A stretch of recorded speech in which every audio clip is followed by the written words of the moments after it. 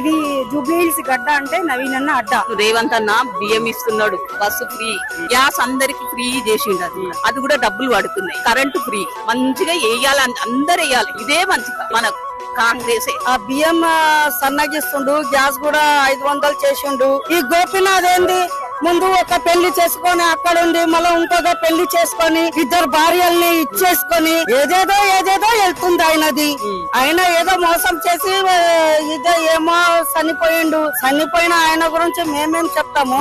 Free bus సాక్ష్యము, free bus అన్నాడు చేసేసిండు. Ration బియ్యం సన్న బియ్యం ఇస్తుండు, అది కూడా ఇంకేం కావాలి. రేషన్ కార్డులు ఇచ్చిండు. గత ప్రభుత్వంలో రాలేని ఏమంటారు స్కీమ్లన్నీ ఇప్పుడు అమలు అవుతున్నాయి. ఎందుకంటే మాకు రేషన్ కార్డు లేకుండే, ఇప్పుడు రేషన్ కార్డులు వచ్చినాయి. జూబ్లీహిల్స్ లో జెండా ఎగరేస్తారు, కాంగ్రెస్ జెండా ఎగురుతుంది. తప్పకుండా నవీన్ యాదవ్ గారు మెజారిటీతో గెలుస్తారు, మేము గెలిపించుకుంటాము. నవీన్ అన్న తప్ప ఇంకా వేరే ఏ క్యాండిడేట్స్ కూడా గెలవరు. కాంగ్రెస్ గెలవాలి, నవీన్ యాదవ్ రావాలి. నవీన్ అన్న ఎట్లయినా గెలుస్తారు.